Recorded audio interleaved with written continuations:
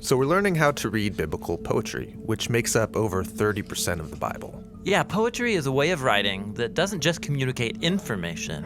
It invites us to experience ideas with our imaginations, using creative imagery, or what we would call metaphorical language. All right, let's talk about imagery and metaphor in biblical poetry.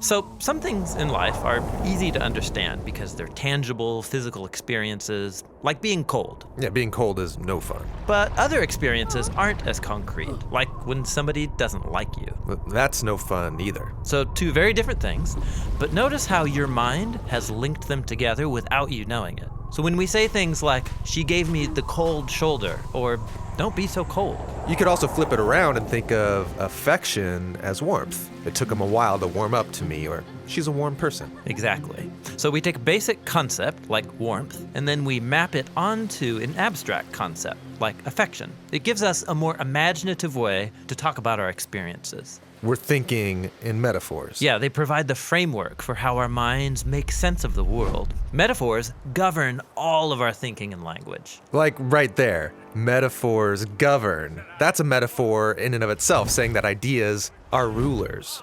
Or think about a connected metaphor that competing ideas are at war.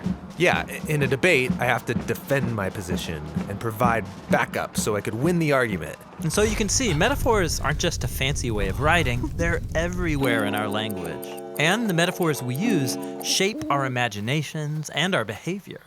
And so it's no surprise that the biblical poets constantly use metaphorical imagery. Now, some metaphors in the Bible are easy to understand, like light is good and darkness is bad. But remember, the biblical poets lived in an ancient culture, which means that some of their metaphors might seem kind of strange to us. Like what? Okay, so picture chaotic water, like a deep, stormy ocean. Got it. Now, think about a time you were in danger, and then map those two onto each other, and... Danger is like chaotic waters. Right, and then the biblical authors take it further. They also talk about dangerous people as stormy waters, like in Psalm 69.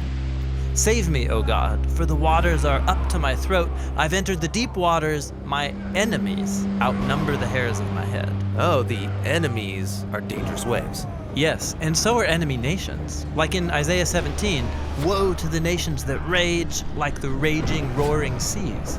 Or in Psalm 89, O Lord, you rule the swelling seas. You scatter enemies with your mighty arm. So this is a basic metaphor for danger and chaos in our world. But God has the power over chaotic waters. Right. And this foundational image is so important, it's introduced on page 1 of the Bible.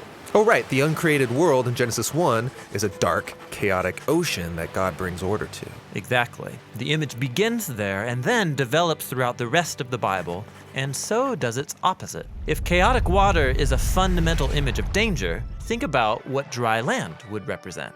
Dry land would be safety, security, stability. Exactly. Some of the most basic human desires. And that is what God's providing when the dry land appears in the opening pages of Genesis. And this is also where God plants the Garden of Eden.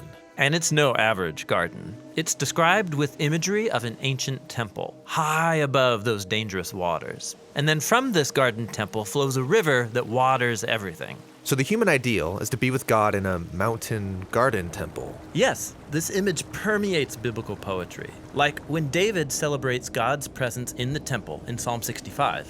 How blessed is the one who's satisfied with goodness in your temple. A stream of God waters the land. You still the roaring of the waves and the turmoil of the nations. Now watch. Because the temple was associated with being close to God's presence, this high rock could become a metaphor for God himself. Like in Psalm 18, the Lord is my rock and my fortress and my deliverer.